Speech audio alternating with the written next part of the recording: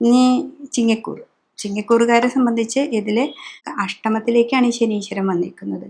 അഷ്ടമത്തിൽ ശനി വരുമ്പോൾ നമുക്ക് രോഗങ്ങളെ ഉണ്ടാക്കുന്നുണ്ട്. രോഗങ്ങൾ അത് കാലാണ്, കാലിൻ്റെ പാദത്തിലാണ് വന്ന് നിൽക്കുന്നത്. അപ്പോൾ മുട്ടുവേദന, കാലുവേദന, എല്ലുകൾക്കുണ്ടാകുന്ന പ്രശ്നങ്ങൾ, ഞരമ്പ് സംബന്ധമായ രോഗങ്ങൾ, ഇതൊക്കെ ശനീശ്വരൻ നമുക്ക് തരും.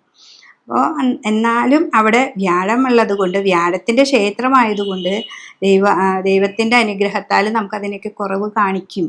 അതാണ് ആ വ്യാഴക്ഷേത്രത്തിൽ ശനീശ്വരൻ വരുമ്പോൾ ഉണ്ടാകുന്ന ഗുണം. നമ്മൾ രോഗമുണ്ട്, ചികിത്സിക്കും വേണം. അതിനോടുകൂടി നമ്മൾ ക്ഷേത്ര ദർശനവും മറ്റുള്ള കാര്യങ്ങളൊക്കെ ചെയ്യുമ്പോൾ ഇത്രയും കൂടി നല്ലൊരു മാറ്റം നമുക്ക് വരുന്നുണ്ട്.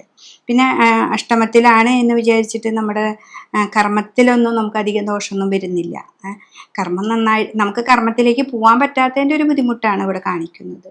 കർമ്മത്തിലോ സാമ്പത്തികമായ വിഷയങ്ങളെല്ലാം നമുക്ക് രോഗങ്ങൾ ഉണ്ടാക്കും, നമുക്ക് മനസ്സിന് ടെൻഷൻ ഉണ്ടാക്കും. പിന്നെ അഷ്ടമം എന്ന് പറഞ്ഞാൽ നമ്മൾ ഉപാസിക്കുന്ന ദേവതകൾക്ക് ഇങ്ങനെ മന്ത്രം സ്ഥാനവും അങ്ങനെയൊക്കെ ഉണ്ട്. അപ്പോൾ അതിൽ ഏതാണോ നിങ്ങളുടെ കുടുംബക്ഷേത്രവുമായി ബന്ധപ്പെട്ട് അല്ലെങ്കിൽ നിങ്ങളുടെ തട്ടകത്തെ ദേവത, അവരെ നന്നായിട്ട് പ്രാർത്ഥിക്കുക. ശനീശ്വരന് ധാര കൊടുക്കുക, രുദ്രാഭിഷേകം കൊടുക്കുക. അപ്പോൾ രോഗാവസ്ഥകൾക്ക് ഒരു കുറവ് കിട്ടും. അതാണ് ചിങ്ങക്കൂറുകാരെ സംബന്ധിച്ച് ഉള്ളത്.